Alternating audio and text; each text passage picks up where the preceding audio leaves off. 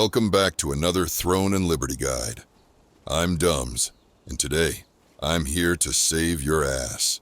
Kaligras, known for his love of Californian grass, is the ultimate nightmare of 2-star random party matchmaking. Next thing you know, you're teleported into the dungeon, staring him down face to face. There are weird-ass markers on the floor. You have no clue what they mean, and panic sets in. Sweat starts dripping from your nutsack. Here's the move, my friend. As soon as you enter the dungeon, hit that chat and tell your party, "Hey, I need a quick 3-minute shit."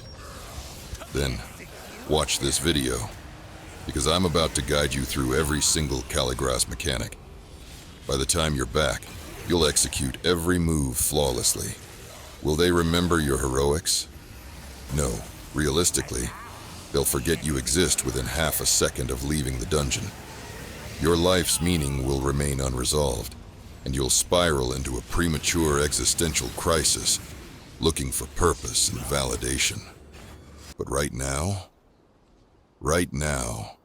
you're going to be the hero this group desperately needs. So sit tight, grab a notepad, and let's break down exactly how to conquer Kaligras. First, let's take a good look around the arena.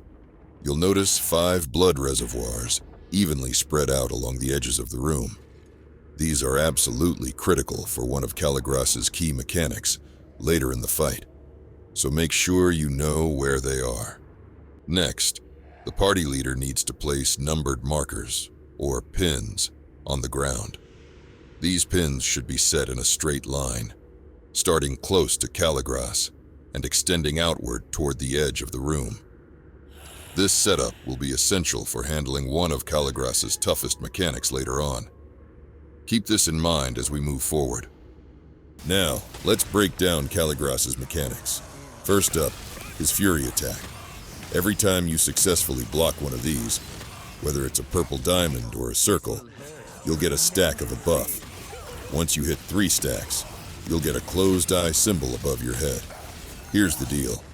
Kaligras always opens the fight with a purple diamond Fury attack, and if you block it successfully, you'll instantly get the closed eye symbol without needing to stack other blocks. After that though, for any future Fury attacks, you'll need to block it 3 times to get the closed eye. Alright, so now we've got the red closed eye. But what the lion's balls do you do with it? Remember the blood reservoirs we talked about earlier? These start filling up when Kaligras performs certain mechanics during the fight. Once one of them is full, anyone with the closed eye symbol can interact with it. This will change the red closed eye to a red open eye and activate the open eye buff for the entire group, which lasts 60 seconds. Here's the deal. If someone with the open eye buff interacts with a blood reservoir again, it resets the 60-second timer. So the strategy is pretty straightforward. Just make sure someone interacts with the reservoir every now and then to keep the buff running. Now, why do you need the open eye buff? This is crucial for the zombies and numbers mechanic. At a certain point, Kaligras will call out, "Now, get in order." When this happens, a thick fog will cover the arena, and zombies will spawn. Each zombie latches onto a specific player and follows them around. Here's the catch. These zombies have a number above their head, but you'll only see that number if your group has the open eye buff. If the red eye is closed, the numbers will be hidden, and the phase will turn into absolute chaos. That's why it's so important to make sure the open eye buff is active when the zombies spawn. But what happens if your group loses the open eye buff? Don't worry, it can still be fixed. If someone in the group has successfully blocked 2 previous Fury attacks, they'll just need to block 1 more to get the closed eye buff. Once they have it, they can interact with the blood reservoir to open the eye for the group and bring the fight back under control. Now that you understand what the red eye buff does, let's talk about the zombie phase. This phase is tied directly to the pins we talked about earlier. When it starts, each zombie will have a number above its head, and players need to position themselves at the pin that matches their zombie's number. Here's the deal. It's not about lining up in a straight line. It's about being in the right spot based on the numbers. By the time the third lightning strike hits, every player must be standing in their assigned position. Getting this right is the key to surviving this phase and keeping the fight on track. Now that you've got a solid understanding of the red-eye mechanic in the zombie phase, which is hands down the most important part of this fight, let's go over the other mechanics Kaligras has up his sleeve.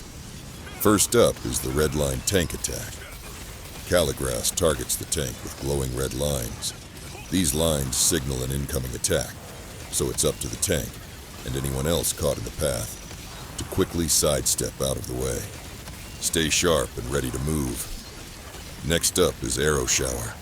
Kaligras summons a rain of arrows that target players, dealing damage to anyone caught in the area of effect. The attack follows players for a short time, so keep moving to stay ahead of the AoE. Don't stop until you're completely out of the danger zone. Hesitation can mean the difference between survival and taking unnecessary damage. Now let's talk about the cone Shockwave attack. During this mechanic, Kaligras marks 3 players with a red marker. Here's how it works. The red marker blinks 4 times in total. The cone AoE locks onto the position of the third blink, so pay close attention. As soon as the third blink happens, dash out of the area immediately to avoid getting hit. This attack deals massive damage, so it's crucial to avoid overlapping with other players.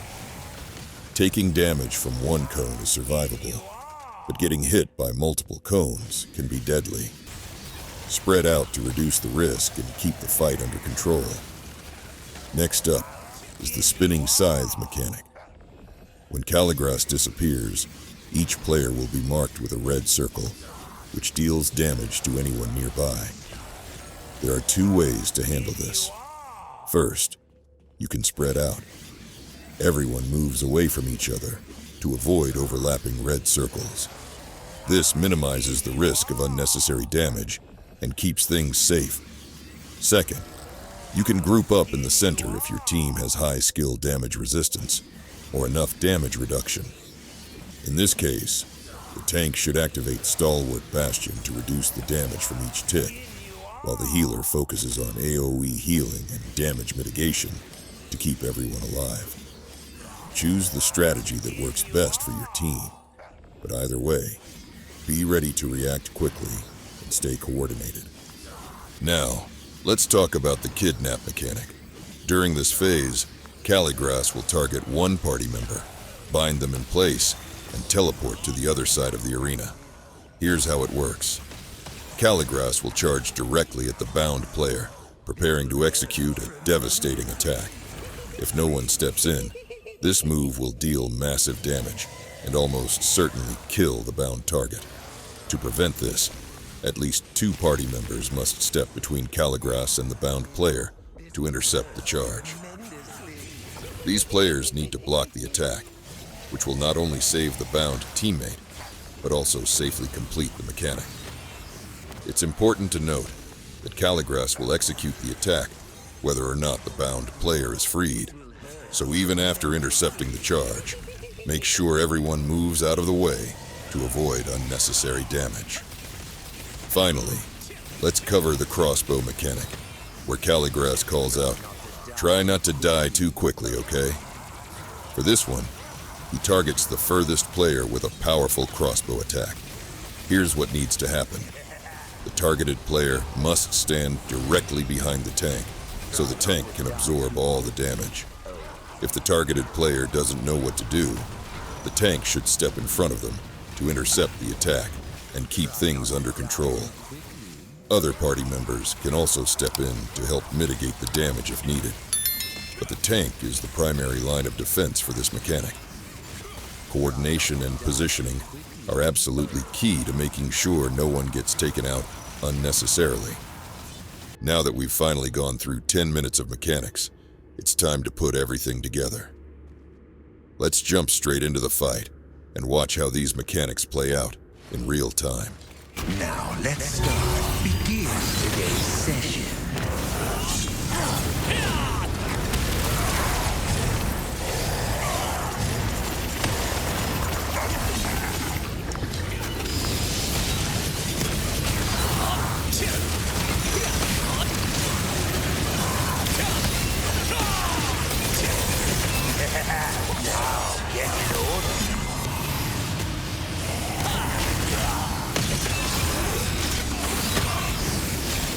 I'll awaken your dark side.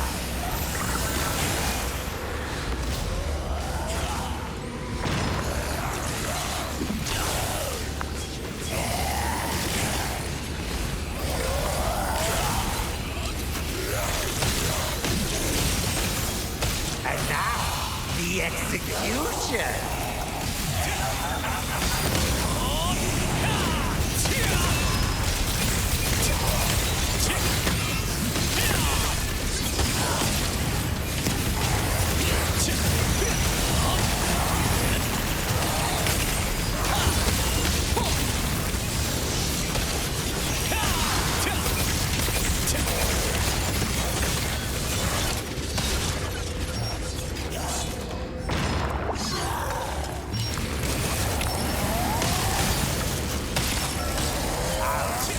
You all!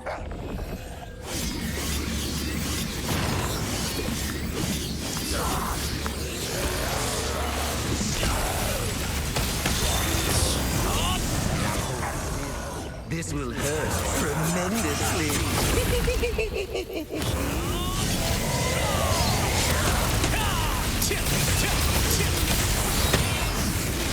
Try not to die too quickly. Oh.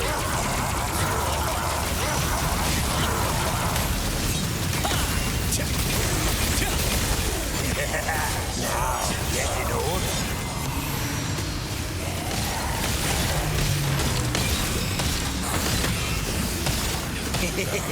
I'll awaken your dark side.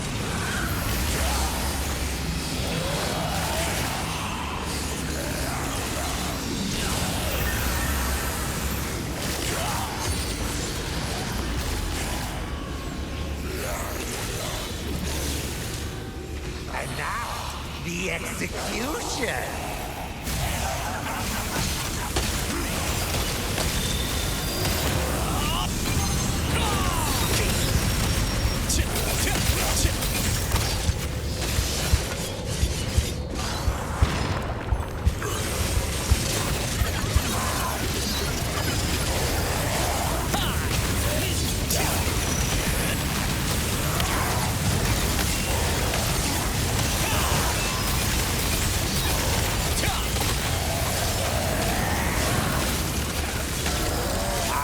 Skin you all!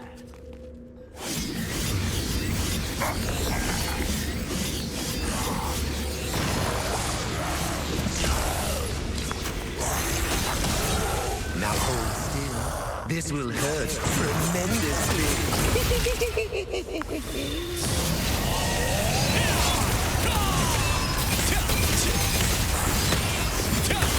Try not to die too quickly.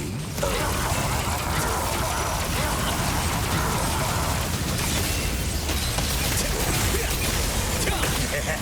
Now, get in order.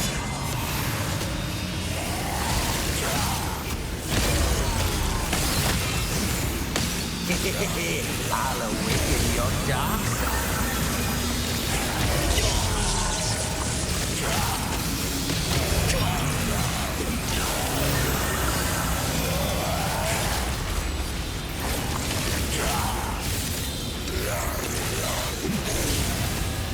And now, the execution!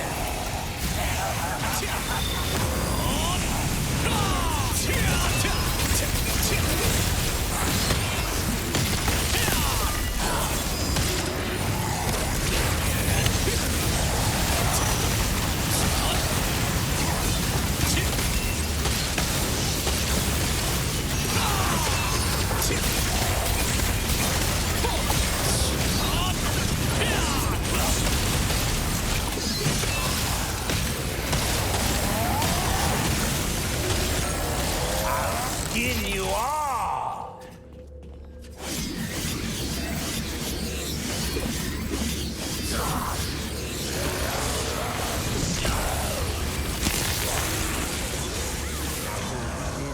This will hurt tremendously.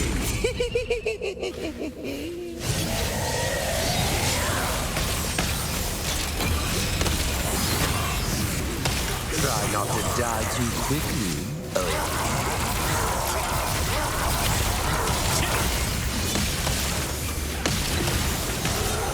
Now, get in order.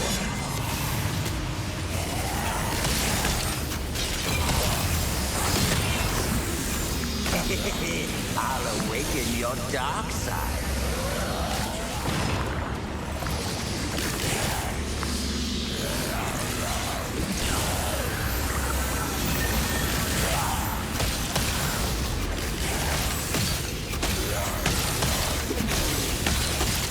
And now, the execution!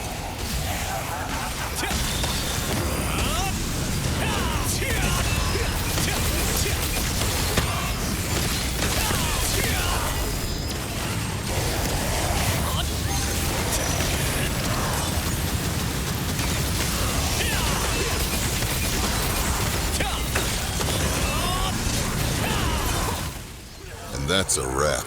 Thank you everyone for watching. If you found this video helpful, don't forget to smash that like button, subscribe, and turn on notifications so you never miss a guide. I will see you in the next video.